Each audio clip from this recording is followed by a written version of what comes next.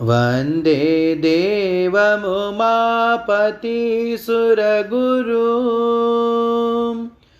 वन्दे जगत्कारणं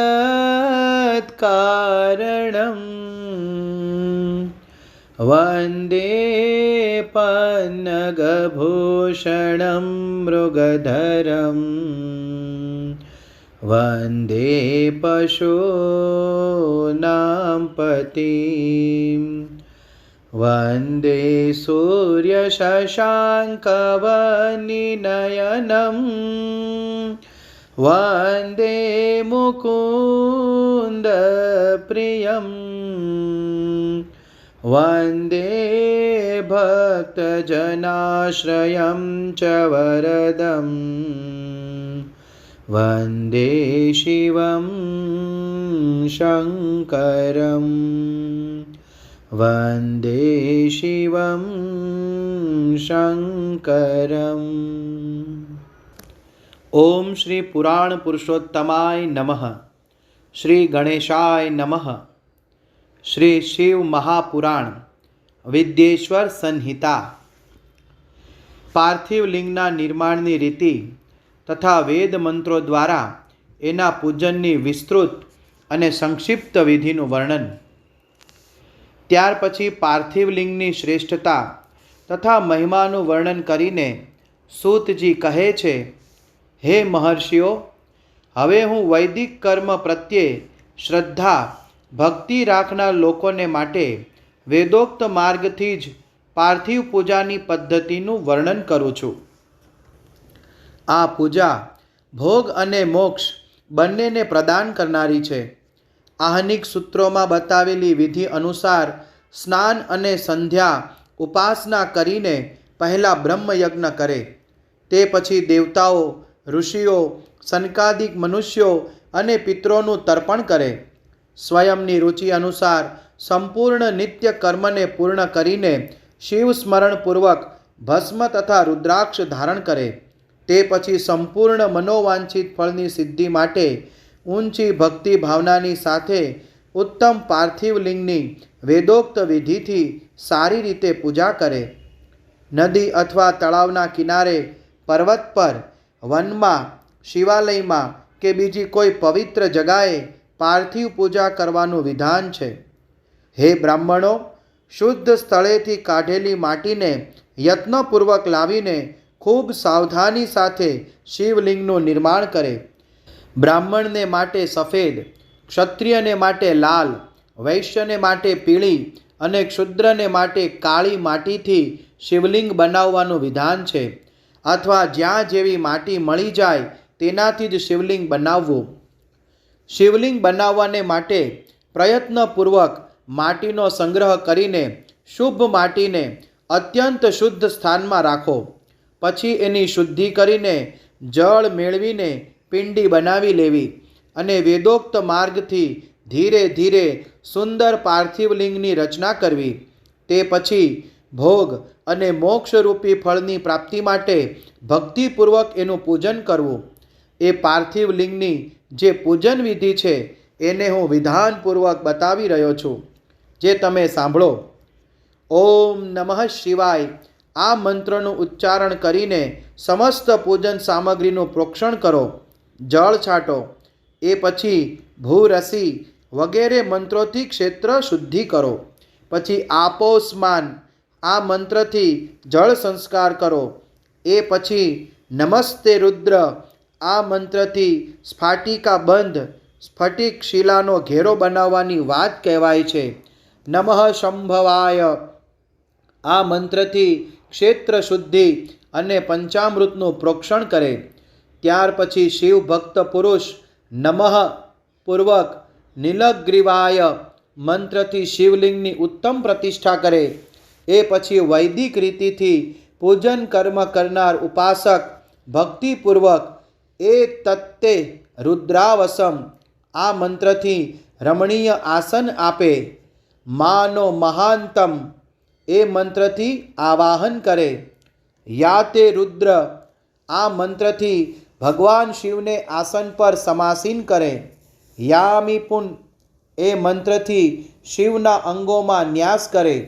અધ્યવોચન આ મંત્રથી પ્રેમપૂર્વક અધિવાસન કરે. અસૌ યસ્તામ્રો આ મંત્રથી શિવનો ન્યાસ કરે. અસૌ યો વ પસરપતિ આ મંત્રથી ઉપસ્પર્ણ દેવતાની સમીપ ગમન કરે. એ પછી નમોસ્તુ નીલગ્રીવાય એ મંત્રથી ઈષ્ટદેવને પાદ્ય સમર્પિત કરે. રુદ્ર ગાયત્રીથી અર્ઘ્ય આપે. ત્ર્યંબકમ મંત્રથી આચમન કરાવે. પયઃ પૃથિવ્યામ આ મંત્રથી દુગ્ધ સ્નાન કરાવે. દધિક્રામણો આ મંત્રથી દધી સ્નાન કરાવવું. ધૃતમ ધૃતપાવા આ મંત્રથી ઘૃત સ્નાન કરાવવું. મધુવાતા મધુનક્તમ મધુમન્નો આ 3 ઋચાઓથી મધુ સ્નાન અને શર્કરા સ્નાન કરાવો. આ દૂધ વગેરે 5 વસ્તુઓને પંચામૃત કહે છે. અથવા પાદ્ય સમર્પણ કહેલા નમોસ્તુ નીલગ્રીવાય વગેરે મંત્ર દ્વારા પંચામૃતથી સ્નાન કરાવો. તે પછી મા નાસ્તો કે આ મંત્રથી ભગવાન શિવને પ્રેમપૂર્વક કટિબંધ કરધની કંદોરો અર્પિત કરો. નમો ધૃષ્ણવે આ મંત્રથી ઉચ્ચારણ કરીને આરાધ્ય દેવતાને ઉત્તરીય ધારણ કરાવો. યાતે હેતિહિ ઇત્યાદિ 4 ઋચાઓ જાણીને વેદજ્ઞ ભક્ત પ્રેમથી વિધિપૂર્વક ભગવાન શિવ માટે વસ્ત્ર અને જનોઈ સમર્પિત કરે. એ પછી નમઃ શ્વભ્ય ઇત્યાદિ મંત્ર ભણીને શુદ્ધ બુદ્ધિવાળો ભક્ત પુરુષ ભગવાનને પ્રેમપૂર્વક ગંધ સુગંધિત ચંદન અને રોલી ચડાવે. નમસ્તક્ષભ્યો આ મંત્રથી ચોખા અર્પિત કરે. નમઃ પાર્યાય આ મંત્રથી ફૂલ ચડાવો. નમઃ પર્ણાય આ મંત્રથી બિલ્વપત્ર અર્પણ કરો. નમઃ કપરદિને ચ ઇત્યાદિ મંત્રથી વિધિપૂર્વક ધૂપ કરો. નમઃ આશવે આ ઋચાથી શાસ્ત્રોક્ત વિધિ અનુસાર દીપ નિવેદિત કરો. ત્યાર પછી હાથ ધોઈને નમો જ્યેષ્ઠાય એ મંત્રથી ઉત્તમ નૈવેદ્ય ધરો. પછી પૂર્વોક્ત ત્ર્યંબક મંત્રથી આચમન કરાવો. ઈમા રુદ્રાય એ ઋચાથી ફળ અર્પણ કરો. પછી નમો વ્રજ્યાય આ મંત્રથી ભગવાન શિવને પોતાનું સર્વસ્વ સમર્પિત કરી દો. પછી મા નો મહાંતમ તથા મા નસ્તોકે આ પૂર્વોક્ત મંત્રો દ્વારા માત્ર ચોખાથી 11 રુદ્રોનું પૂજન કરો. ત્યારબાદ હિરણ્ય ગર્ભ ઇત્યાદિ મંત્રથી જે 3 ઋચાઓના રૂપમાં પઠિત છે દક્ષિણા ચઢાવવી. દેવસ્યત્વા આ મંત્રથી વિદ્વાન પુરુષ આરાધ્ય દેવનો અભિષેક કરે. દીપ માટે બતાવેલ નમ આશવે વગેરે મંત્રથી શિવની નિરાજના આરતી કરો. એ પછી ઈમા રુદ્રાય વગેરે 3 ઋચાઓથી ભક્તિપૂર્વક રુદ્રદેવને પુષ્પાંજલિ અર્પિત કરો. મા નો મહાંતમ એ મંત્રથી વિઘ્ન ઉપાસક પૂજનીય દેવતાની પરિક્રમા કરે. તે પછી ઉત્તમ બુદ્ધિવાળો ઉપાસક મા નસ્તોકે આ મંત્રથી ભગવાનને સાષ્ટાંગ પ્રણામ કરે. એ શતે એ મંત્રથી શિવ મુદ્રાનું પ્રદર્શન કરવું. યતો યત આ મંત્રથી અભય નામક મુદ્રાનું પ્રદર્શન કરવું. ત્ર્યંબકમ મંત્રથી જ્ઞાન નામક મુદ્રાનું અને નમઃ સેના ઇત્યાદિ મંત્રથી મહામુદ્રાનું પ્રદર્શન કરવું. નમો ગોપ્ય આ ઋચા દ્વારા ધેનુ મુદ્રા દેખાડો. આ રીતે 5 મુદ્રાનું પ્રદર્શન કરીને શિવ સંબંધી મંત્રોનો જપ કરો. અથવા વેદજ્ઞ પુરુષ શતરુદ્રીય મંત્રની આવૃત્તિ કરે. ત્યાર પછી વેદજ્ઞ પુરુષ પંચાંગ પાઠ કરે. પછી દેવા ગાતુ ઇત્યાદિ મંત્રથી ભગવાન શંકરનું વિસર્જન કરે. આ રીતે શિવ પૂજાની વૈદિક વિધિનું વિસ્તારથી પ્રતિપાદન કરવામાં આવ્યું છે. હે મહર્ષિઓ, હવે સંક્ષેપમાં પણ પાર્થિવ પૂજનની વૈદિક વિધિનું વર્ણન સાંભળો. સદ્યો જાતમ આ ઋચાથી પાર્થિવ લિંગ બનાવવા માટે માટી લઈ આવવી. વામદેવાય ઇત્યાદિ મંત્ર ભણીને એમાં પાણી રેડવું. જ્યારે ભીની બરાબર રીતે થઈ જાય ત્યારે અઘોર મંત્રથી લિંગનું નિર્માણ કરવું. ત્યારબાદ તત્પુરુષાય આ મંત્રથી વિધિવત એમાં ભગવાન શિવનું આવાહન કરવું. ત્યાર પછી ઈશાન મંત્રથી ભગવાન શિવને વેદી પર સ્થાપિત કરો. આ સિવાય અન્ય બધા વિધાનોને પણ શુદ્ધ બુદ્ધિવાળો ઉપાસક સંક્ષેપમાં જ સંપન્ન કરે. એ પછી વિદ્વાન પુરુષ પંચાક્ષર મંત્રથી અથવા ગુરુએ આપેલા અન્ય કોઈ શિવ સંબંધી મંત્રથી 16 ઉપચાર દ્વારા વિધિવત પૂજન કરે. અથવા ભવાય ભવનાશાય મહાદેવાય ધીમહિ ઉગ્રાય ઉગ્રનાશાય શર્વાય શશી મૌલિને આ મંત્ર દ્વારા વિદ્વાન ઉપાસક ભગવાન શંકરની પૂજા કરે. તે ભ્રમ છોડીને ઉત્તમ ભાવ ભક્તિથી શિવની આરાધના કરે. કેમ કે ભગવાન શિવ ભક્તિથી જ મનોવાંછિત ફળ આપે છે. હે બ્રાહ્મણો, અહીં જે વૈદિક વિધિથી પૂજનનો ક્રમ બતાવ્યો છે એનો પૂર્ણ રૂપે આદર કરતા હું પૂજાની બીજી વિધિ પણ બતાવી રહ્યો છું, જે ઉત્તમ હોવા સાથે જ સર્વસાધારણને ઉપયોગી છે. હે મુનિવરો, પાર્થિવ લિંગની પૂજા ભગવાન શિવના નામો દ્વારા બતાવાઈ છે. તે પૂજા સંપૂર્ણ ઈચ્છિતને આપનારી છે. હું તે બતાવું છું, સાંભળો. હર, મહેશ્વર, શંભુ, શૂલપાણી, પિનાકધ્રુક, શિવ, પશુપતિ અને મહાદેવ એ ક્રમશઃ શિવના 8 નામ કહેવાય છે.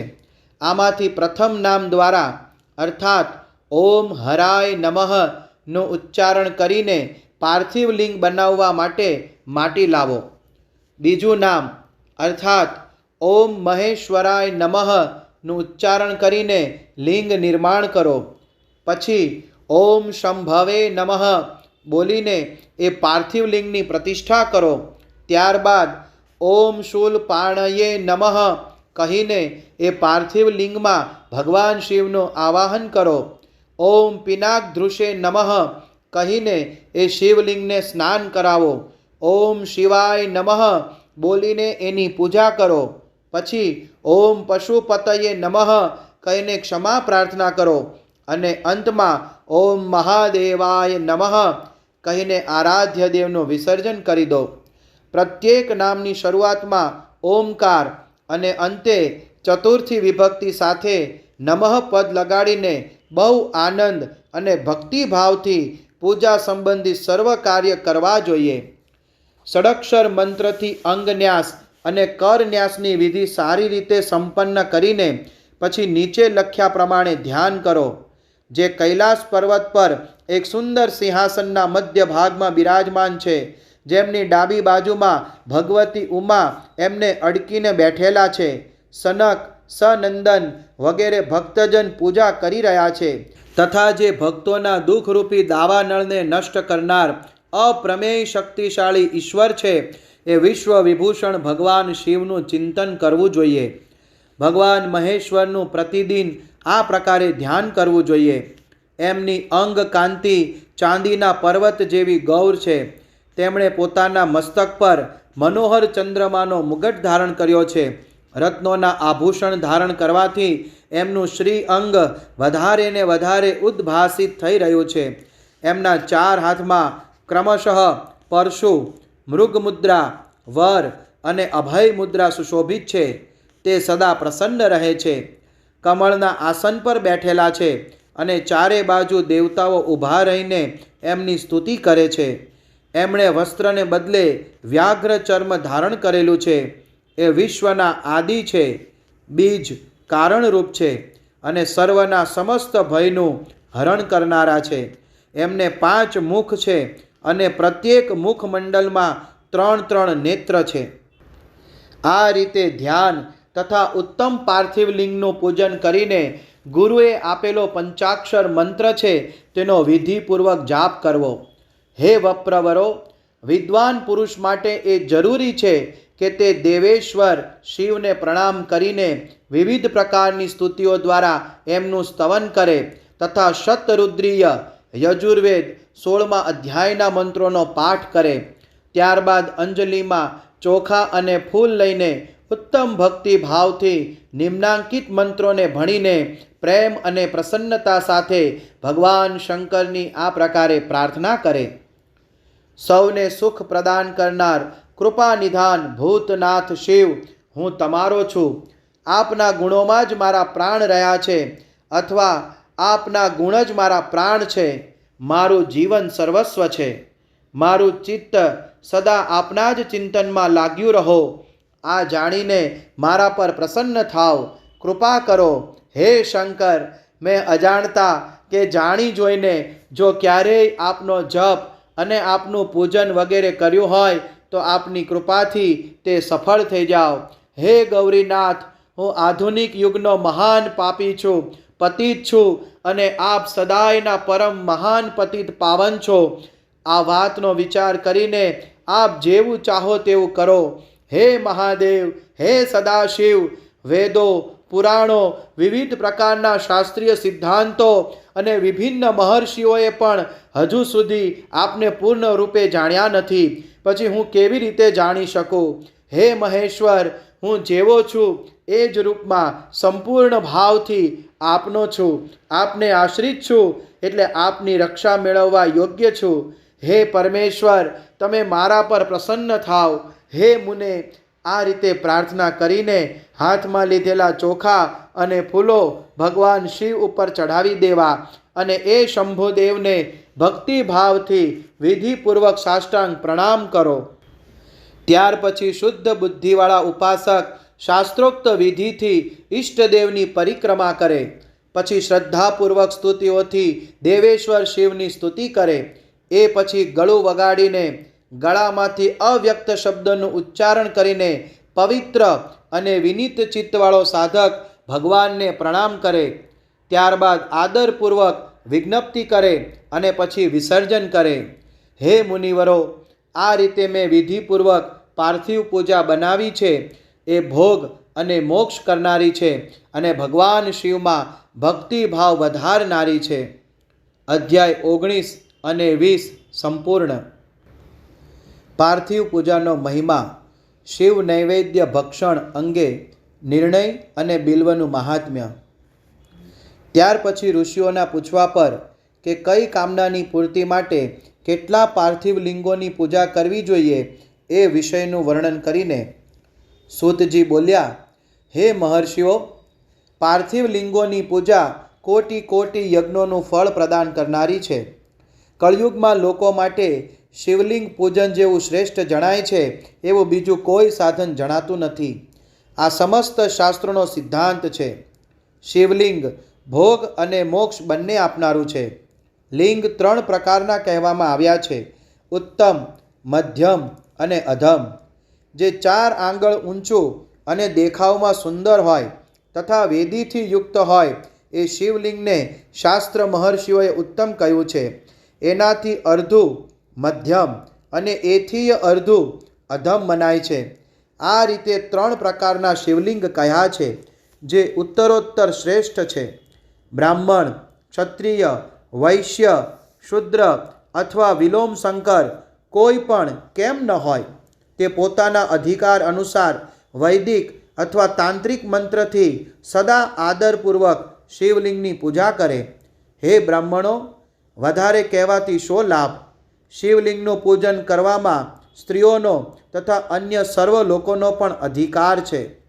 બ્રાહ્મણો માટે વૈદિક પદ્ધતિથી પૂજા શ્રેષ્ઠ છે, પરંતુ અન્ય લોકો માટે વૈદિક માર્ગથી પૂજા કરવાની સંમતિ નથી. વેદજ્ઞ દ્વિજોએ વૈદિક રીતે જ પૂજા કરવી જોઈએ, અન્ય રીતે નહીં.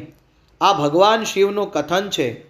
દધીચી અને ગૌતમ વગેરેના શાપથી જેમના ચિત્ત દગ્ધ થઈ ગયા છે એમની વૈદિક કર્મમાં શ્રદ્ધા નથી હોતી. જે મનુષ્ય વેદ તથા સ્મૃતિઓમાં કરેલ સત્કર્મોની અવહેલના કરીને બીજા કર્મ કરવા માંડે છે એના મનોરથ ક્યારેય સફળ થતા નથી. આ રીતે વિધિપૂર્વક ભગવાન શંકરનું નૈવેદ્યાંત પૂજન કરીને એમની ત્રિભુવનમયી 8 મૂર્તિઓનું પણ એ પૂજન કરે. પૃથ્વી, જળ, અગ્નિ, વાયુ, આકાશ, સૂર્ય, ચંદ્રમા અને યજમાન એ ભગવાન શંકરની 8 મૂર્તિઓ કહેવાય છે. આ 8 મૂર્તિઓની સાથે સાથે સર્વ, ભવ, રુદ્ર, ઉગ્ર, ભીમ, ઈશ્વર, મહાદેવ અને પશુપતિ આ નામોની પણ અર્ચના કરે. ત્યાર પછી ચંદન, અક્ષત અને બિલ્વપત્ર લઈને ત્યાં ઈશાન વગેરેના ક્રમથી ભગવાન શિવના પરિવારનું ઉત્તમ ભક્તિભાવથી પૂજન કરે. ઈશાન, નંદી, ચંડ, મહાકાલ, ભૃંગી, વૃષ, સ્કંદ, કપર્દીશ્વર, સોમ અને શુક્ર આ 10 શિવજીના પરિવાર છે, જે ક્રમશઃ ઈશાન વગેરે 10 દિશાઓમાં પૂજનીય છે. એ પછી ભગવાન શિવ સમક્ષ વીરભદ્રનું અને પછી કીર્તિમુખનું પૂજન કરીને વિધિપૂર્વક 11 રુદ્રોનું પૂજન કરે. ત્યાર પછી પંચાક્ષર મંત્રનો જપ કરીને શતરુદ્રીય સ્તોત્રનો, વિવિધ પ્રકારની સ્તુતિઓનો અને શિવ પંચાંગનો પાઠ કરે. એ પછી પરિક્રમા અને નમસ્કાર કરીને શિવલિંગનું વિસર્જન કરે.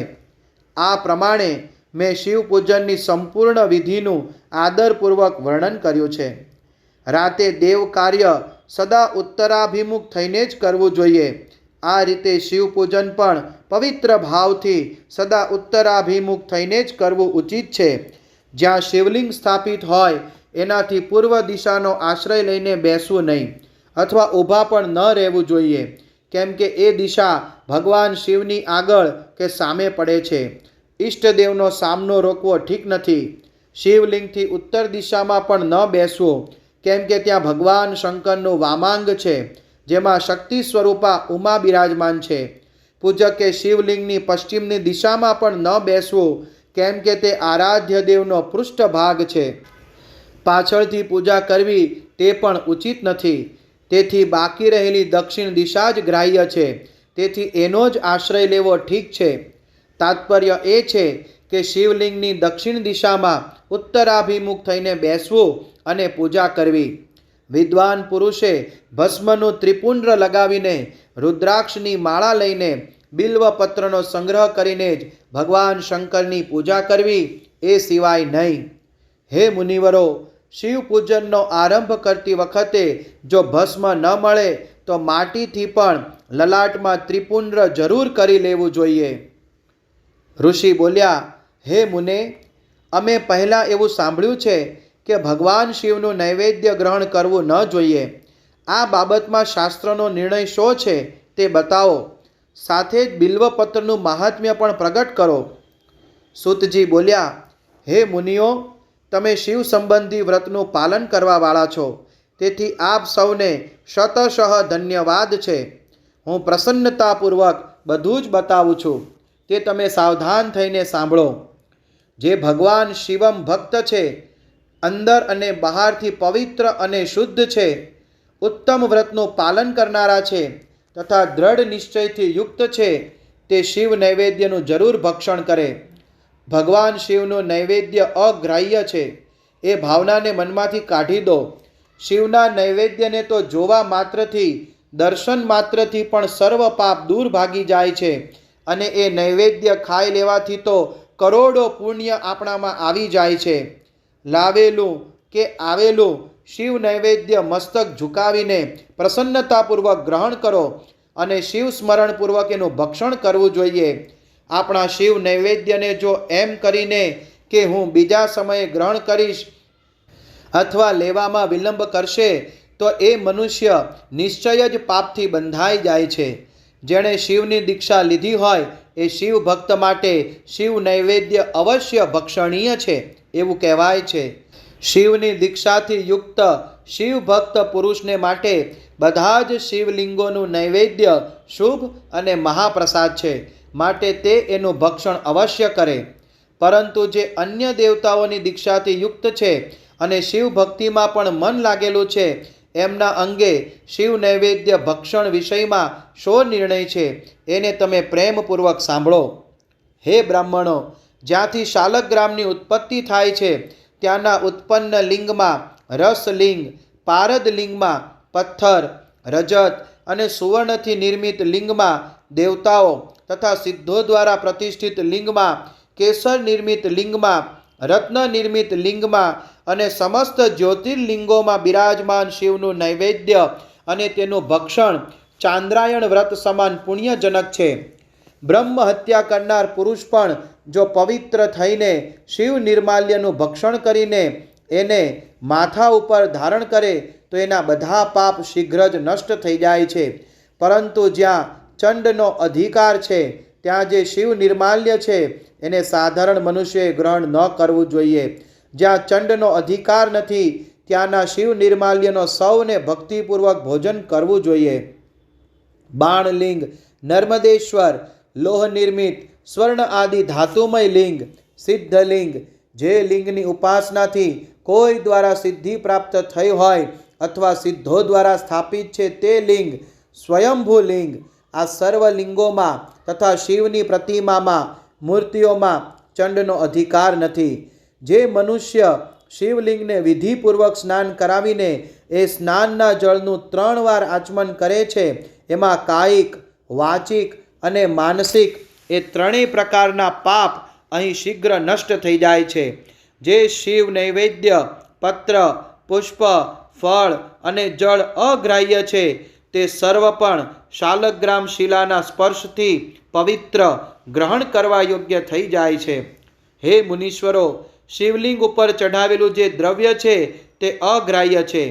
જે વસ્તુ લિંગ સ્પર્શથી રહિત છે અર્થાત જે વસ્તુને અલગ રાખીને શિવજીને નિવેદિત કરેલ છે અને લિંગની ઉપર ચઢાવેલ નથી એને અત્યંત પવિત્ર જાણવી જોઈએ.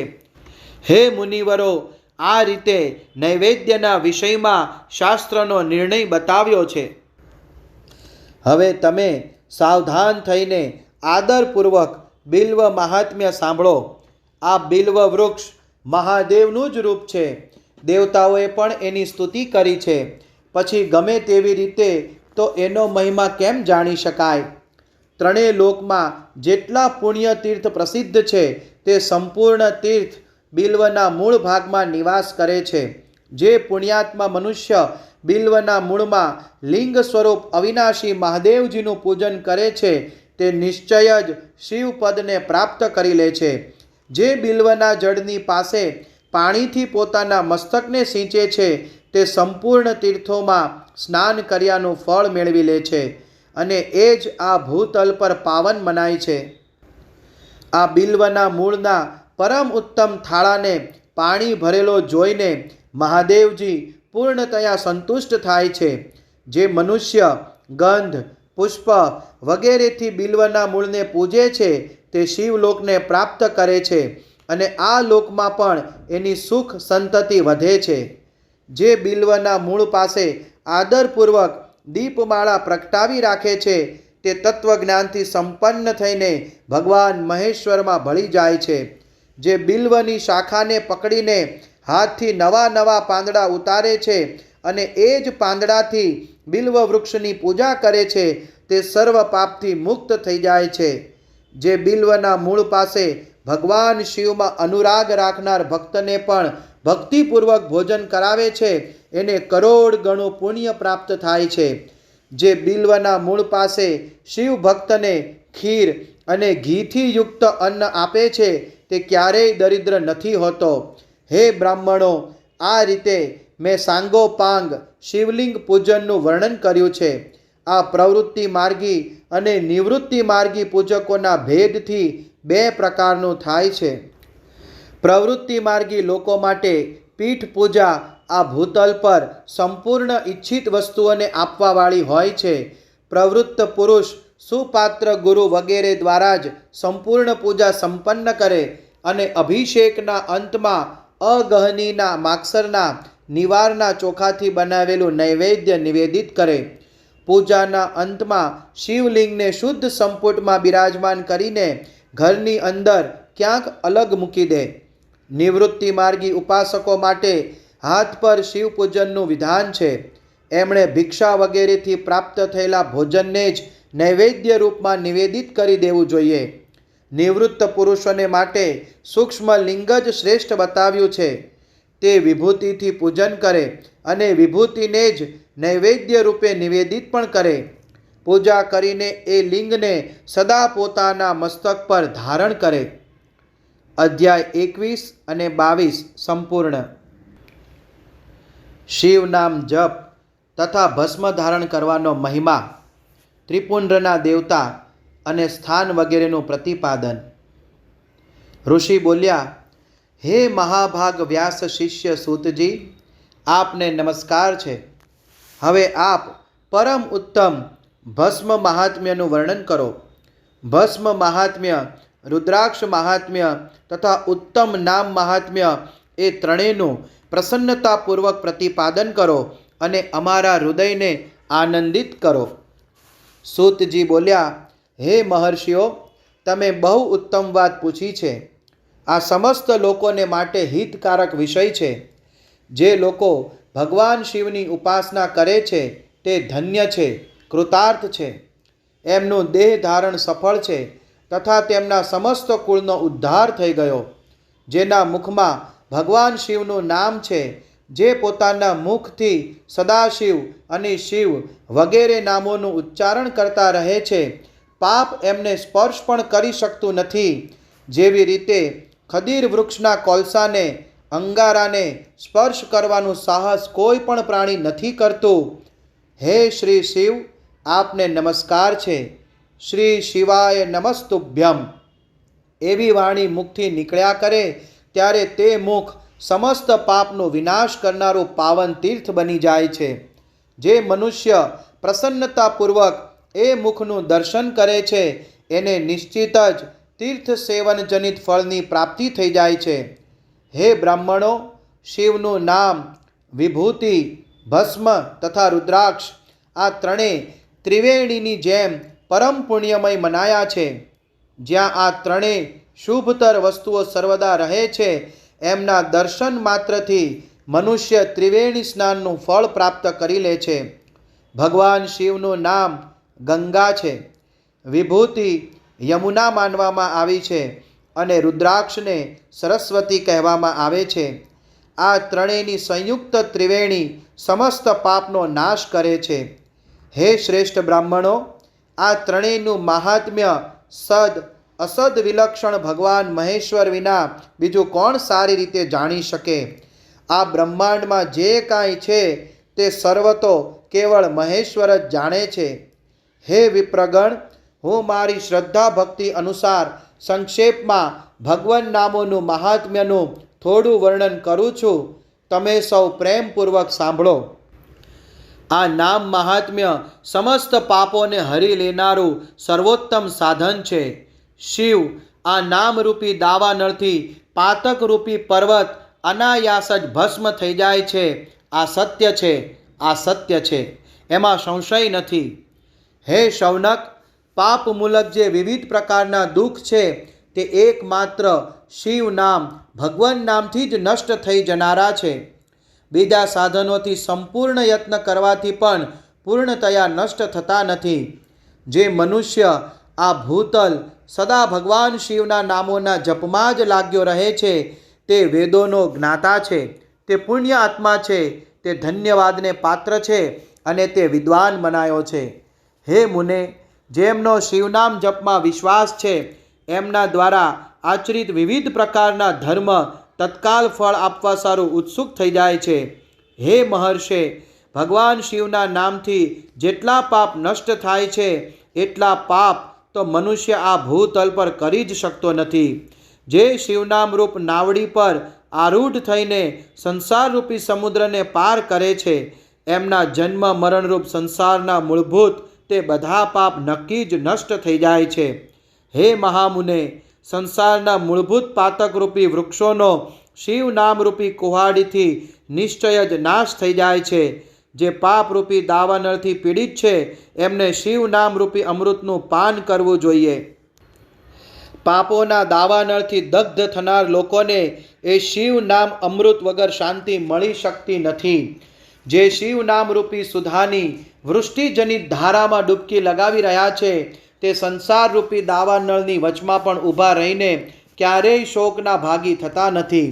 જે મહાત્માઓના મનમાં શિવ નામ પ્રત્યે બહુ ભારે ભક્તિ છે એવા લોકોની તરત જ અને સર્વથા મુક્તિ થઈ જાય છે. હે મુનીશ્વર, જેણે અનેક જન્મો સુધી તપસ્યા કરી છે એમને જ શિવ નામ પ્રતિ ભક્તિ થાય છે, જે ભક્તિ સમસ્ત પાપને નષ્ટ કરે છે. જેના મનમાં ભગવાન શિવના નામ પ્રત્યે ક્યારેય ખંડિત ન થનાર અસાધારણ ભક્તિ પ્રગટ થઈ છે, એને જ માટે મોક્ષ સુલભ છે. આ મારો મત છે. જે અનેક પાપ કરીને પણ ભગવાન શિવના નામ જપમાં આદરપૂર્વક લાગી જાય છે તે સમસ્ત પાપથી મુક્ત થઈ જ જાય છે, એમાં સંશય નથી.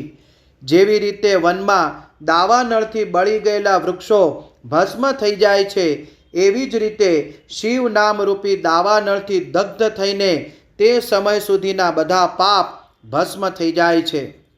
હે શૌનક, જેના અંગ નિત્ય ભસ્મ લગાડવાથી પવિત્ર થઈ ગયા છે અને જે શિવ નામનો જપ આદરથી કરવા માંડ્યો છે તે સંસાર સાગરને પણ પાર કરીને જ લે છે. સંપૂર્ણ વેદોનું અવલોકન કરીને પૂર્વવર્તી મહર્ષિઓએ આ જ નક્કી કર્યું છે કે ભગવાન શિવના નામનો જપ સંસાર સાગરને પાર કરવાનો સર્વોત્તમ ઉપાય છે. હે મુનિવરો, વધારે કહેવાથી શો લાભ? હું શિવ નામના સર્વ પાપાહારી મહાત્મ્યનું એક જ શ્લોકમાં વર્ણન કરું છું. ભગવાન શંકરના એક નામમાં પણ પાપ હરણની જેટલી શક્તિ છે એટલા પાપ મનુષ્ય ક્યારેય કરી જ શકતો નથી. હે મુને, પૂર્વકાળમાં મહાપાપી રાજા ઇન્દ્રદ્યુમ્ને શિવ નામના પ્રભાવથી ઉત્તમ ગતિ પ્રાપ્ત કરી હતી. આવી રીતે કોઈ બ્રાહ્મણી પણ જેણે બહુ પાપ કર્યા હતા તે પણ શિવ નામના પ્રભાવથી ઉત્તમ ગતિને પ્રાપ્ત થઈ ગઈ. હે દ્વિજવરો, આ રીતે મેં તમને ભગવાન નામનું ઉત્તમ મહાત્મ્ય સંભળાવ્યું. હવે તમે ભસ્મનું મહાત્મ્ય સાંભળો, જે સમસ્ત પાવન વસ્તુઓને પણ પાવન કરનારું છે. હે મહર્ષિઓ, ભસ્મ સંપૂર્ણ મંગલને પ્રદાન કરે છે તથા ઉત્તમ છે. એના બે ભેદ બનાવાયા છે. એ ભેદોનું હું વર્ણન કરું છું, તે સાવધાન થઈને સાંભળો. એકને મહાભસ્મ જાણવી જોઈએ અને બીજીને સ્વલ્પ ભસ્મ કહે છે. મહાભસ્મના પણ અનેક ભેદ છે. તે 3 પ્રકારના ભેદ છે: શ્રૌત, સ્માર્ત અને લૌકિક. સ્વલ્પ ભસ્મના પણ ઘણા ભેદોનું વર્ણન છે. શ્રૌત અને સ્માર્ત ભસ્મ કેવળ દ્વિજો જ ઉપયોગમાં લાવી શકે. ત્રીજો ભેદ જે લૌકિક છે તે અન્ય સર્વેના ઉપયોગમાં આવી શકે. શ્રેષ્ઠ મહર્ષિઓએ એ બતાવ્યું છે કે દ્વિજો વૈદિક મંત્રોના ઉચ્ચારણપૂર્વક ભસ્મ ધારણ કરે. બીજા લોકો માટે મંત્ર વગર જ ધારણ કરવાનું વિધાન છે. બળી ગયેલા છાણાથી પ્રગટ થનારી ભસ્મ અગ્નેય કહેવાય છે. હે મહામુને, તે પણ ત્રિપુંડ્રનું જ દ્રવ્ય છે એવું કહેવામાં આવ્યું છે. અગ્નિહોત્રથી ઉત્પન્ન થયેલી ભસ્મનો પણ મનીષી પુરુષોએ સંગ્રહ કરવો જોઈએ. અન્ય યજ્ઞથી પ્રગટ થયેલી ભસ્મ પણ ત્રિપુંડ્ર ધારણના કામમાં આવી શકે છે. જાબાલોપનિષદમાં આવેલા અગ્નિ વગેરે 7 મંત્રો દ્વારા જળ મિશ્રિત ભસ્મથી ધુલન, વિભિન્ન અંગોમાં મર્દન અથવા લેપન કરવું જોઈએ. મહર્ષિ જાબાલીએ સર્વ વર્ણ અને આશ્રમો માટે મંત્ર સાથે કે મંત્ર વગર પણ આદરપૂર્વક ભસ્મથી ત્રિપુંડ્ર કરવાની આવશ્યકતા બતાવી છે. સમસ્ત અંગોમાં ભસ્મનું મર્દન અથવા વિભિન્ન અંગોમાં ત્રાસુ ત્રિપુંડ્ર લગાવવું, આ કાર્યોને મોક્ષાર્થી પુરુષ પ્રમાદથી ક્યારેય ન છોડે એવો શ્રુતિનો આદેશ છે. ભગવાન શિવ અને વિષ્ણુએ પણ ત્રાસુ ત્રિપુંડ્ર ધારણ કર્યું છે. અન્ય દેવીઓ સહિત ભગવતી ઉમા અને લક્ષ્મી દેવીએ પણ વાણી દ્વારા આની પ્રશંસા કરી છે. બ્રાહ્મણ, ક્ષત્રિય, વૈશ્ય, શૂદ્ર, વર્ણશંકર તથા જાતિભ્રષ્ટ પુરુષોએ પણ ઉદ્ધૂલન અને ત્રિપુંડ્રના રૂપમાં ભસ્મ ધારણ કરી છે. આ પછી ભસ્મ ધારણ તથા ત્રિપુંડ્રનો મહિમા અને વિધિ દર્શાવીને સૂતજી ફરીથી બોલ્યા, હે મહર્ષિઓ, આ રીતે મેં સંક્ષેપમાં ત્રિપુંડ્રનું મહાત્મ્ય બતાવ્યું છે. આ સમસ્ત પ્રાણીઓ માટે ગોપનીય રહસ્ય છે. તેથી તમારે પણ ગુપ્તતા જાળવવી જોઈએ. હે મુનિવરો, લલાટ વગેરે સર્વ નિર્દિષ્ટ સ્થાનોમાં જે ભસ્મથી 3 તિરછી રેખાઓ દોરાય છે એને જ વિદ્વાનો ત્રિપુંડ્ર કહે છે. ભ્રમરોના મધ્ય ભાગથી લઈને જ્યાં ભ્રમરોનો અંત છે એટલું મોટું ત્રિપુંડ્ર લલાટમાં ધારણ કરવું જોઈએ. મધ્યમાં અને અનામિકા આંગળીઓથી 2 રેખાઓ કરીને વચમાં અંગૂઠા દ્વારા પ્રતિલોમ ભાવથી કરેલી રેખાને ત્રિપુંડ્ર કહે છે. અથવા વચલી 3 આંગળીઓથી ભસ્મ લઈને યત્નપૂર્વક ભક્તિભાવથી લલાટમાં ત્રિપુંડ્ર ધારણ કરવું જોઈએ. ત્રિપુંડ્ર અત્યંત ઉત્તમ અને ભોગ મોક્ષપ્રદાયક છે. ત્રિપુંડ્રની 3 રેખાઓમાંથી પ્રત્યેકના 9 દેવતા છે જે સર્વ અંગોમાં સ્થિત છે. હું એનો પરિચય આપું છું, તે તમે સાવધાન થઈને સાંભળો. હે મુનિવરો, પ્રણવનો પ્રથમ અક્ષર અકાર, ગાર્હપત્ય અગ્નિ, પૃથ્વી, ધર્મ, રજોગુણ, ઋગ્વેદ, ક્રિયાશક્તિ, પ્રાતઃસ્તવન તથા મહાદેવ એ ત્રિપુંડ્રની પ્રથમ રેખાના 9 દેવતા છે. આ વાત શિવ દીક્ષા પરાયણ પુરુષોએ સારી રીતે સમજી લેવી જોઈએ. પ્રણવનો બીજો અક્ષર ઉકાર, દક્ષિણાગ્નિ, આકાશ, સત્વગુણ, યજુર્વેદ, મધ્યંદિન સવન, ઈચ્છાશક્તિ, અંતરાત્મા તથા મહેશ્વર એ બીજી રેખાના 9 દેવતા છે.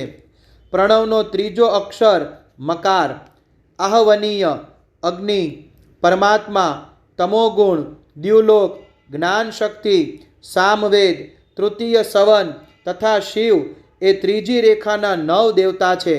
આ રીતે સ્થાન દેવતાને ઉત્તમ ભક્તિ ભાવથી નિત્ય નમસ્કાર કરીને સ્નાન આદિથી શુદ્ધ થઈને પુરુષ જો ત્રિપુંડ્ર ધારણ કરે તો ભોગ અને મોક્ષને પ્રાપ્ત કરી લે છે.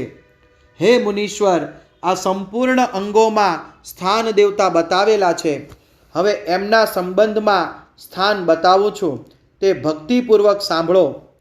32, 16, 8 અથવા 5 સ્થાનોમાં ત્રિપુંડ્રનો ન્યાસ કરો. મસ્તક, લલાટ, બંને કાન, બંને નેત્ર, બંને નાસિકા, મુખ, કંઠ, બંને હાથ, બંને કોણી, બંને કાંડા, હૃદય, બંને બાજુના ભાગ, નાભી, દૂંટી, બંને અંડકોશ, બંને સાથળ, બંને ઘૂંટણની ઢાંકણી, ગુલ્ફ, બંને ઘૂંટણ, બંને પિંડી અને બંને પગ, આ 32 સ્થાન ઉત્તમ છે. એમાં ક્રમશઃ અગ્નિ, જળ, પૃથ્વી, વાયુ, 10 દિક્પ્રદેશ, 10 દિક્પાળ અને 8 વસ્તુઓનો નિવાસ છે. ધર, ધ્રુવ, સો, આપ, અનિલ, અનલ, પ્રત્યુષ અને પ્રભાવ એ 8 વસુ કહેવાય છે. આ સૌનું નામ માત્ર લઈને એમના સ્થાનોમાં વિદ્વાન પુરુષે ત્રિપુંડ્ર ધારણ કરવા જોઈએ. અથવા એકાગ્ર ચિત્ત થઈને 16 સ્થાનમાં જ ત્રિપુંડ્ર ધારણ કરો. મસ્તક, લલાટ, કંઠ, બંને ખભા, બંને ભુજાઓ, બંને કોણીઓ અને બંને કાંડા, હૃદયમાં, નાભીમાં, બંને પાસળીઓમાં અને પૃષ્ઠભાગમાં ત્રિપુંડ્ર લગાડીને ત્યાં બંને અશ્વિની કુમારોનો શિવ, શક્તિ, રુદ્ર, ઈશ તથા નારદ અને વામા આદિ 9 શક્તિઓનું પૂજન કરો. આ બધા મળીને 16 દેવતા છે. અશ્વિની કુમાર 2 કહેવાયા છે, નાસત્ય અને દસ્ર. અથવા મસ્તક, કેશ, બંને કાન, મુખ, બંને ભુજાઓ, હૃદય, નાભી, બંને જાંઘ, બંને જાનુ, બંને પગ અને પૃષ્ઠભાગ એ 16 સ્થાનોમાં 16 ત્રિપુંડ્રનો ન્યાસ કરો. મસ્તકમાં શિવ, કેશમાં ચંદ્રમા, બંને કાનમાં રુદ્ર અને બ્રહ્મા, મુખમાં વિઘ્નરાજ ગણેશ, બંને ભુજાઓમાં વિષ્ણુ અને લક્ષ્મી, હૃદયમાં શંભુ, નાભીમાં પ્રજાપતિ, બંને ઉર્વોમાં નાગ અને નાગ કન્યાઓ, બંને ઘૂંટણમાં ઋષિ કન્યાઓ, બંને પગમાં સમુદ્ર તથા વિશાળ પૃષ્ઠભાગમાં સંપૂર્ણ તીર્થ દેવતા રૂપે બિરાજમાન છે. આ રીતે 16 સ્થાનોનો પરિચય આપી દેવાયો. હવે 8 સ્થાન બતાવી રહ્યો છું. ગુહ્ય સ્થાન, લલાટ, પરમ ઉત્તમ કર્ણયુગલ, બંને ખભા, હૃદય અને નાભી એ 8 સ્થાન છે. એમાં બ્રહ્મા તથા સપ્તર્ષિ એ 8 દેવતાઓ બતાવાયા છે. હે મુનીશ્વરો, ભસ્મના સ્થાનને જાણવાવાળા વિદ્વાનોએ આ રીતે 8 સ્થાનોનો પરિચય આપ્યો છે. અથવા મસ્તક, બંને ભુજાઓ, હૃદય અને નાભી, આ 5 સ્થાનોને ભસ્મ વેદતા પુરુષોએ ભસ્મ ધારણને યોગ્ય કયા છે. યથાસંભવ દેશકાલ આદિની અપેક્ષા રાખીને ઉદ્ધૂલના ભસ્મને અભિમંત્રિત કરવી અને જળમાં મેળવવાનું કાર્ય કરો. જો ઉદ્ધૂલનમાં પણ અસમર્થ હોય તો ત્રિપુંડ્ર વગેરે લગાવો. ત્રિનેત્રધારી, 3 ગુણોનો આધાર અને 3 દેવતાઓના જનક ભગવાન શિવનું સ્મરણ કરતાં કરતાં નમઃ શિવાય કહીને લલાટમાં ત્રિપુંડ્ર લગાવવું. ઈશાભ્યામ નમઃ કહીને બંને બાજુના ભાગમાં ત્રિપુંડ્ર ધારણ કરો. બીજાભ્યામ નમઃ એમ બોલીને કાંડામાં ભસ્મ લગાવો. પિતૃભ્યામ નમઃ કહીને નીચેના અંગમાં, ઉભેશાભ્યામ નમઃ કહીને ઉપરના અંગમાં અને ભીમાય નમઃ કહીને પીઠમાં અને માથાના પાછલા ભાગમાં ત્રિપુંડ્ર લગાવવું જોઈએ. અધ્યાય 23 અને 24 સંપૂર્ણ. રુદ્રાક્ષ ધારણનો મહિમા અને એના વિવિધ ભેદોનું વર્ણન. સૂતજી કહે છે, હે મહાપ્રાજ્ઞ, હે મહામતે, હે શિવરૂપ શૌનક, હવે હું સંક્ષેપમાં રુદ્રાક્ષનું મહાત્મ્ય બતાવી રહ્યો છું, તે સાંભળો. રુદ્રાક્ષ શિવને બહુ જ પ્રિય છે. એને પરમ પાવન સમજો. રુદ્રાક્ષના દર્શનથી, સ્પર્શથી તથા એના પર જપ કરવાથી તે સમસ્ત પાપનું અપહરણ કરનાર મનાય છે. હે મુને, પહેલાં પરમાત્મા શિવે સમસ્ત લોકનો ઉપકાર કરવા માટે દેવી પાર્વતીની સામે રુદ્રાક્ષના મહિમાનું વર્ણન કર્યું હતું. શિવજી ભગવાન બોલ્યા, હે મહેશ્વરી શિવે, હું તમારા પ્રેમવશ ભક્તોના હિતની કામનાથી રુદ્રાક્ષના મહિમાનું વર્ણન કરું છું, તે સાંભળો. હે મહેશાની, પૂર્વકાળની વાત છે કે હું મનને સંયમમાં રાખીને હજારો દિવ્ય વર્ષો સુધી ઘોર તપસ્યામાં હતો. એક દિવસે અચાનક મારું મન ક્ષુબ્ધ થઈ ગયું. હે પરમેશ્વરી, હું સંપૂર્ણ લોકોનો ઉપકાર કરનાર સ્વતંત્ર પરમેશ્વર છું. તેથી એ વખતે મેં લીલાવશ જ બંને નેત્રો ખોલ્યા. ખોલતા જ મારા મનોહર નેત્રપુરોમાંથી થોડાક જળબિંદુ સરી પડ્યા. આંસુના એ બિંદુમાંથી ત્યાં રુદ્રાક્ષ નામ વૃક્ષ પેદા થઈ ગયું. ભક્તો પર અનુગ્રહ કરવા માટે તે અશ્રુબિંદુ સ્થાવર ભાવને પ્રાપ્ત થઈ ગયા. એ રુદ્રાક્ષ મેં વિષ્ણુ ભક્તોને તથા 4 વર્ણમાં વહેંચી દીધા. ભૂતલ પર મારા સ્વયંના પ્રિય રુદ્રાક્ષને મેં ગૌડ દેશમાં ઉત્પન્ન કર્યા. મથુરા, અયોધ્યા, લંકા, મલયાચલ, સહ્યગીરી, કાશી તથા અન્ય દેશોમાં પણ એના અંકુર લગાવ્યા. એ ઉત્તમ રુદ્રાક્ષ અસહ્ય પાપ સમૂહનું ભેદન કરનારા અને શ્રુતિઓના પણ પ્રેરક છે. મારી આજ્ઞાથી તે બ્રાહ્મણ, ક્ષત્રિય, વૈશ્ય અને શુદ્ર જાતિના ભેદથી આ પૃથ્વી પર પ્રગટ થયા. રુદ્રાક્ષની જ જાતિના શુભાક્ષ પણ છે. એ બ્રાહ્મણ આદિ જાતિવાળા રુદ્રાક્ષોના વર્ણ શ્વેત, રક્ત, પીત અને કૃષ્ણ જાણવા જોઈએ. મનુષ્યો માટે એ જાણવું આવશ્યક છે કે તે ક્રમશઃ વર્ણ અનુસાર પોતાની જાતિનો જ રુદ્રાક્ષ ધારણ કરે. ભોગ અને મોક્ષની ઈચ્છાવાળા 4 વર્ણોના લોકો અને વિશેષતઃ શિવ ભક્તોએ શિવ પાર્વતીની પ્રસન્નતા માટે રુદ્રાક્ષના ફળોને અવશ્ય ધારણ કરવા જોઈએ. આમળાના ફળ જેટલા જો રુદ્રાક્ષ હોય તે શ્રેષ્ઠ ગણાયા છે. જે બોર જેવડા હોય એ મધ્યમ શ્રેણીના કહેવાય અને જે ચણા જેવડા હોય એમની ગણના નિમ્ન કોટીમાં થાય છે. હવે એની ઉત્તમતા પરખવાની બીજી ઉત્તમ પ્રક્રિયા બતાવવામાં આવે છે. આ બતાવવાનો ઉદ્દેશ્ય છે ભક્તોની હિત કામના. હે પાર્વતી, તમે સારી રીતે આ વિષયને સાંભળો. હે મહેશ્વરી, જે રુદ્રાક્ષ બોર જેવડા હોય તે આટલા નાના હોવા છતાં પણ લોકમાં ઉત્તમ ફળ પ્રદાયક તથા સુખ સૌભાગ્યની વૃદ્ધિ કરનારા છે. જે રુદ્રાક્ષ આમળા જેવડા હોય તે સમસ્ત અરિષ્ટોના વિનાશક છે. જે ચણોઠી જેવડા નાના હોય તે સંપૂર્ણ મનોરથ અને ફળોની સિદ્ધિ કરવાવાળા છે. રુદ્રાક્ષ જેમ જેમ નાના હોય તેમ તેમ અધિક ફળ આપનારા હોય છે. એક એક મોટા રુદ્રાક્ષથી એક એક નાના રુદ્રાક્ષને વિદ્વાનોએ 10 ગણું અધિક ફળ આપનાર માન્યા છે. પાપનો નાશ કરવા માટે રુદ્રાક્ષ ધારણ જરૂરી ગણાય છે. તે નિશ્ચય જ ઈચ્છિત મનોરથોનો સાધક છે. તેથી તેને અવશ્ય ધારણ કરવો જોઈએ. હે પરમેશ્વરી, લોકમાં મંગળમય રુદ્રાક્ષ જેવું ફળદાયક જણાય છે એવું ફળદાયી રુદ્રાક્ષની માળા જેવી બીજી કોઈ માળા જણાતી નથી. સમાન આકારવાળા, ચીકણા, મજબૂત, સ્થૂળ, કંટકયુક્ત, ઉપસી આવેલા નાના નાના દાણાવાળા અને સુંદર રુદ્રાક્ષ અભિલષિત પદાર્થને આપે છે અને ભોગ મોક્ષપ્રદાયક છે. જેમાં કીડાઓ પડવાથી દૂષિત થયા હોય, તૂટેલા, જેમાં દાણા ઉપસેલા ન હોય, જેમાં ઘા જેવું જણાય અને જે પૂરેપૂરા ગોળ ન હોય એવા 5 પ્રકારના રુદ્રાક્ષ ત્યાજ્ય છે. જે રુદ્રાક્ષમાં દોરી પરોવવા જેટલું યોગ્ય છિદ્ર આપોઆપ હોય એ જ અહીં ઉત્તમ મનાય છે. જેમાં મનુષ્ય દ્વારા કાણું પાડવામાં આવ્યું હોય તે મધ્યમ ગણાય છે. રુદ્રાક્ષ ધારણ મોટા મોટા પાતકોને નષ્ટ કરે છે. આ જગતમાં 1100 રુદ્રાક્ષ ધારણ કરીને મનુષ્ય જે ફળ પ્રાપ્ત કરે છે એનું વર્ણન સેંકડો વર્ષોમાં પણ કરી શકાતું નથી.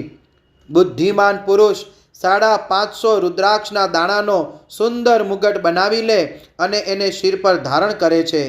360 દાણાને લાંબી દોરીમાં પરોવીને એક હાર બનાવી લેવો જોઈએ. એવા 3 હાર બનાવીને ભક્તિપરાયણ પુરુષ એની જનોય તૈયાર કરીને એને યથાસ્થાન ધારણ કર્યા કરવી જોઈએ. આ પછી કયા અંગમાં કેટલા રુદ્રાક્ષ ધારણ કરવા જોઈએ એ બતાવીને સૂતજી બોલ્યા, હે મહર્ષિઓ, માથા પર ઈશાન મંત્રથી, કાનમાં તત્પુરુષ મંત્રથી, ગળામાં અને હૃદયમાં અઘોર મંત્રથી રુદ્રાક્ષ ધારણ કરવા જોઈએ.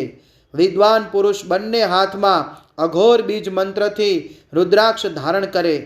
પેટ ઉપર વામદેવ મંત્રથી 15 રુદ્રાક્ષ દ્વારા ગૂંથેલી માળા ધારણ કરે અથવા અંગો સહિત પ્રણવનો 5 વાર જપ કરીને રુદ્રાક્ષની 3, 5 અથવા 7 માળાઓ ધારણ કરે અથવા મૂળ મંત્ર નમઃ શિવાયથી જ સમસ્ત રુદ્રાક્ષોને ધારણ કરે.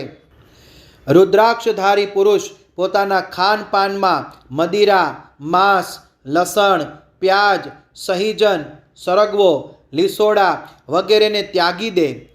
હે ગિરિરાજ નંદિની ઉમે, શ્વેત રુદ્રાક્ષ કેવળ બ્રાહ્મણોએ જ ધારણ કરવો. ઘેરા લાલ રંગનો રુદ્રાક્ષ ક્ષત્રિયો માટે હિતકર ગણાયો છે. વૈશ્યો માટે પ્રતિદિન વારંવાર પીળા રુદ્રાક્ષને ધારણ કરવો જરૂરી છે અને શૂદ્રોએ કાળા રંગનો રુદ્રાક્ષ ધારણ કરવો જોઈએ. આ વેદોક્ત માર્ગ છે. બ્રહ્મચારી, વાનપ્રસ્થ, ગૃહસ્થ અને સંન્યાસી બધાએ નિયમપૂર્વક રુદ્રાક્ષ ધારણ કરવો ઉચિત છે. એને ધારણ કરવાનું સૌભાગ્ય બહુ પુણ્યથી મળે છે. હે ઉમે, પહેલાં આમળા જેવડો અને પછી એનાથી નાનો રુદ્રાક્ષ ધારણ કરવો.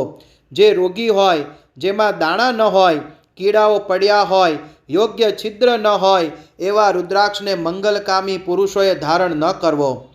રુદ્રાક્ષ મારો મંગલમય શ્રી વિગ્રહ છે. તે છેવટે ચણા જેવડો લઘુતર થઈ જાય છે. સૂક્ષ્મ રુદ્રાક્ષને જ સદા પ્રશસ્ત માનવામાં આવ્યો છે. બધા આશ્રમોમાં, સમસ્ત વર્ણોમાં સ્ત્રીઓ તથા શૂદ્રોને પણ ભગવાન શિવની આજ્ઞા અનુસાર સદૈવ રુદ્રાક્ષ ધારણ કરવો જોઈએ.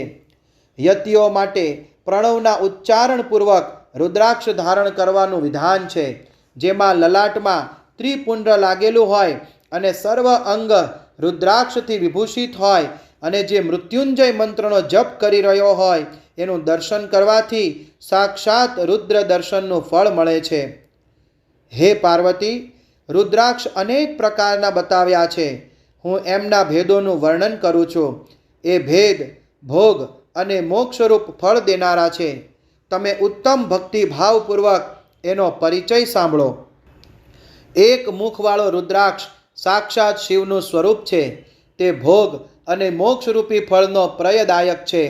જ્યાં રુદ્રાક્ષની પૂજા થતી હોય ત્યાંથી લક્ષ્મી દૂર જતી નથી. એ સ્થાનના બધા જ ઉપદ્રવો નષ્ટ થઈ જાય છે. ત્યાં રહેનારા લોકોની સંપૂર્ણ કામનાઓ પૂર્ણ થઈ જાય છે. 2 મુખવાળો રુદ્રાક્ષ દેવ દેવેશ્વર કહેવાયો છે. તે સંપૂર્ણ કામનાઓ અને ફળોને આપનારો છે. 3 મુખવાળો રુદ્રાક્ષ સદા સાક્ષાત સાધનનું ફળ આપનાર છે. એના પ્રભાવથી બધી વિદ્યાઓ પ્રતિષ્ઠિત થઈ જાય છે. 4 મુખવાળો રુદ્રાક્ષ સાક્ષાત બ્રહ્માનું સ્વરૂપ છે. તે દર્શન અને સ્પર્શથી શીઘ્ર જ ધર્મ, અર્થ, કામ અને મોક્ષ એ ચારેય પુરુષાર્થોને આપનાર છે. 5 મુખવાળા રુદ્રાક્ષ સાક્ષાત કાલાગ્નિ રુદ્ર રૂપ છે. તે સર્વ કાંઈ કરવા સમર્થ છે. સર્વને મુક્તિપ્રદ અને સંપૂર્ણ મનોવાંછિત ફળ પ્રદાન કરે છે. 5 મુખ રુદ્રાક્ષ સમસ્ત પાપને દૂર કરે છે. 6 મુખી રુદ્રાક્ષ કાર્તિકેય સ્વરૂપ છે. જો જમણી બગલની બાજુમાં ધારણ કરવામાં આવે તો તે ધારક બ્રહ્મ હત્યા વગેરે પાપોથી મુક્ત થઈ જાય છે, એમાં સંશય નથી. હે મહેશ્વરી, 7 મુખી રુદ્રાક્ષ અનંગ સ્વરૂપ અને અનંગ નામથી પ્રસિદ્ધ છે. હે દેવેશી, એને ધારણ કરનાર દરિદ્ર પણ ઐશ્વર્યશાળી થઈ જાય છે. અષ્ટમુખી રુદ્રાક્ષ અષ્ટમૂર્તિ ભૈરવ રૂપ છે. એને ધારણ કરવાથી મનુષ્ય પૂર્ણાયુ થાય છે અને મરણ પછી શૂલધારી શંકર થઈ જાય છે. 9 મુખી રુદ્રાક્ષને ભૈરવ તથા કપિલ મુનિનું પ્રતીક માનવામાં આવ્યું છે, અથવા 9 રૂપ ધારણ કરનારી મહેશ્વરી દુર્ગા એની અધિષ્ઠાત્રી દેવી માનવામાં આવી છે. જે માણસ ભક્તિપરાયણ થઈને પોતાના ડાબા હાથમાં 9 મુખી રુદ્રાક્ષ ધારણ કરે છે તે નિશ્ચય જ મુજ સમાન સર્વેશ્વર થઈ જાય છે, એમાં સંશય નથી. હે મહેશ્વરી, 10 મુખી રુદ્રાક્ષ સાક્ષાત ભગવાન વિષ્ણુનું રૂપ છે. હે દેવેશી, એને ધારણ કરવાથી મનુષ્યની સંપૂર્ણ કામનાઓ પૂર્ણ થઈ જાય છે. હે પરમેશ્વરી, 11 મુખી જે રુદ્રાક્ષ છે તે રુદ્ર સ્વરૂપ છે. એને ધારણ કરવાથી મનુષ્ય સર્વત્ર વિજયી થાય છે. 12 મુખવાળો રુદ્રાક્ષ કેશમાં ધારણ કરવો જોઈએ. એને ધારણ કરવાથી જાણે મસ્તક પર 12 આદિત્યો બિરાજમાન થઈ જાય છે. 13 મુખવાળો રુદ્રાક્ષ વિશ્વદેવાનું સ્વરૂપ છે. એને ધારણ કરીને મનુષ્ય સંપૂર્ણ મનોવાંછિતને પ્રાપ્ત કરે છે તથા સૌભાગ્ય અને મંગળનો લાભ કરાવે છે. 14 મુખવાળો રુદ્રાક્ષ તે પરમ શિવરૂપ છે. એને ભક્તિભાવપૂર્વક મસ્તક પર ધારણ કરો. એનાથી સર્વ પાપ નષ્ટ થઈ જાય છે. હે ગિરિરાજ કુમારી, આ પ્રકારના મુખોના ભેદથી રુદ્રાક્ષના 14 ભેદ દર્શાવાયા છે. હવે તમે ક્રમશઃ એ રુદ્રાક્ષોને ધારણ કરવાના મંત્રોને પ્રસન્નતાપૂર્વક સાંભળો. 1. ઓમ હ્રીમ નમઃ. 2. ઓમ નમઃ. 3. ઓમ ક્લીમ નમઃ. 4. ઓમ હ્રીમ નમઃ. 5. ઓમ હ્રીમ નમઃ. 6. ઓમ હ્રીમ હૂમ નમઃ. 7. ઓમ હુમ નમઃ. 8. ઓમ હુમ નમઃ. 9. ઓમ હ્રીમ હૂમ નમઃ. 10. ઓમ હ્રીમ નમઃ. 11. ઓમ હ્રીમ હૂમ નમઃ. 12. ઓમ ક્રૌમ ક્ષૌમ રૌમ નમઃ. 13. ઓમ હ્રીમ નમઃ. 14. ઓમ નમઃ. આ 14 મંત્રો દ્વારા ક્રમશઃ 1થી લઈને 14 મુખવાળા રુદ્રાક્ષને ધારણ કરવાનું વિધાન છે. સાધક માટે જરૂરી છે કે તે નિદ્રા અને આળસ છોડીને શ્રદ્ધા ભક્તિથી સંપન્ન થઈને સંપૂર્ણ મનોરથોની સિદ્ધિ માટે ઉક્ત મંત્રો દ્વારા તે રુદ્રાક્ષોને ધારણ કરે. રુદ્રાક્ષની માળા ધારણ કરેલ પુરુષને જોઈને ભૂત, પ્રેત, પિશાચ, ડાકિની, શાકિની અને અન્ય જે દ્રોહકારી રાક્ષસ વગેરે છે તે બધા દૂર ભાગી જાય છે. જે કૃત્રિમ અભિચાર વગેરે પ્રયુક્ત થાય છે તે સર્વ રુદ્રાક્ષધારીને જોઈને સશંક થઈને દૂર ખસી જાય છે. હે પાર્વતી, રુદ્રાક્ષમાળાધારી પુરુષને જોઈને હું શિવ, ભગવાન વિષ્ણુ, દેવી દુર્ગા, ગણેશ તથા સૂર્ય અને અન્ય દેવતા પણ પ્રસન્ન થઈ જાય છે. હે મહેશ્વરી, આ રીતે રુદ્રાક્ષનો મહિમા જાણીને ધર્મની વૃદ્ધિ માટે ભક્તિપૂર્વક પૂર્વોક્ત મંત્રો દ્વારા વિધિવત એમને ધારણ કરવા જોઈએ. હે મુનીશ્વર, ભગવાન શિવે દેવી પાર્વતીની સામે જે કાંઈ કહ્યું હતું એ બધું તમારા પ્રશ્નને અનુસાર મેં કહી સંભળાવ્યું. હે મુનીશ્વરો, મેં તમારી સમક્ષ આ વિદ્યેશ્વર સંહિતાનું વર્ણન કર્યું છે. આ સંહિતા સંપૂર્ણ સિદ્ધિઓને આપનારી છે તથા ભગવાન શિવની આજ્ઞાથી નિત્ય મોક્ષ પ્રદાન કરનારી છે. અધ્યાય 25 સંપૂર્ણ. વિદ્યેશ્વર સંહિતા સંપૂર્ણ.